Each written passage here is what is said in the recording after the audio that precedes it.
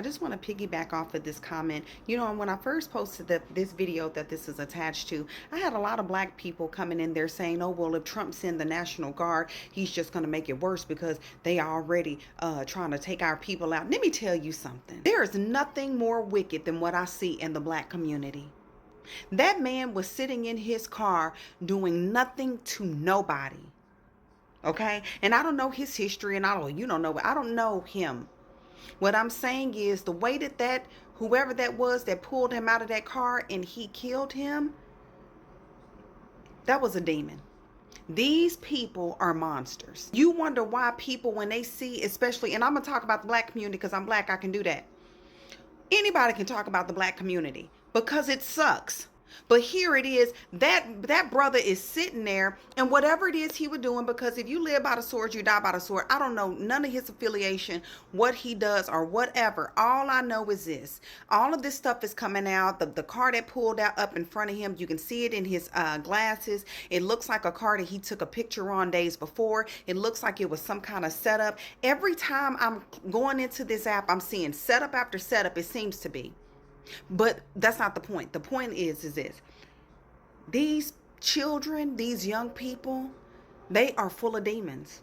Because what would make you want to kill somebody? What would make you want to take their life the way that they took that brother's life? If you go back and just listen to how the guy talked to him when he pulled him out of the car, and he was like, hell no, hell no. The guy was saying, I guess saying, no, you can't take my chain. But he just shot him like it was nothing. You just murdered somebody's son, somebody's father, somebody's husband. I don't know who he is, but you took their life, and you okay with that?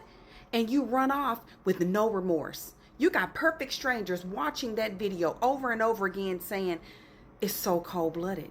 It's so cold-hearted. And the Bible says, because iniquity shall abound, the love of many shall wax cold. They're going to be cold-hearted. Young people, you don't want to hear this. But your very friends are the ones you can't trust. If they don't know God and Jesus, I'm going to bring it right back to God and Jesus, because that's what I do over here. If they don't know God and Jesus, you can't trust them. Get out of them streets. Get away from people that are doing wrong. Do not walk and do not stand in the way of sinners. The Bible says so.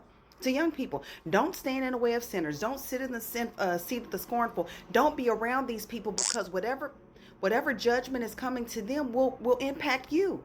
That's why when they were on the boat and it was being tossed and driven, they were like, hey, who got a problem with their God? Because we getting ready to die. I'm referring to the Bible here, but they said, who has a problem with their God? We're getting ready to die, because normally when bad things are happening, there's some kind of sin in the camp. God knows that. That's why it's good to be under the covering of the Lord, under his wings. That man was not under his covering. And that video is circulating, going on and on. Everything is coming out about this brother being set up. Let me explain something. Then the cousin got in the car and was like, I'm his blood cousin. Let me do this. And he put the phone down. He's laying there dead. And you worried about what he got in the car? Not a tear was shed. Perhaps he was crying later. But all I got to say is this. Black people, you worried about the National Guard? You need the National Guard over there. I don't even see how y'all live in those communities. I don't see how people live in those communities and I say, you know what? I'm so desperate to get up out of here. I will go live in a one-room efficiency, pay $1,000 all to get away from this community, to get away from this filth, to get away from people that look like that, because we have to judge how you look. If you have on one of them shiesty masks where it's just your eyes, and we're going to judge you. If your pants are sagging and if they tight around the ankle, we're going to judge you. We're going to judge the appearance of how you look, because that's just the way of the world. Hey, guess what? God judges the countenance on people's face. So I don't want to hear nothing about saying, well, you can't judge. Yes, you can. We judge all the time. We judge our food when it comes to the plate if you're looking at. Anyway, I'm going off on a tangent.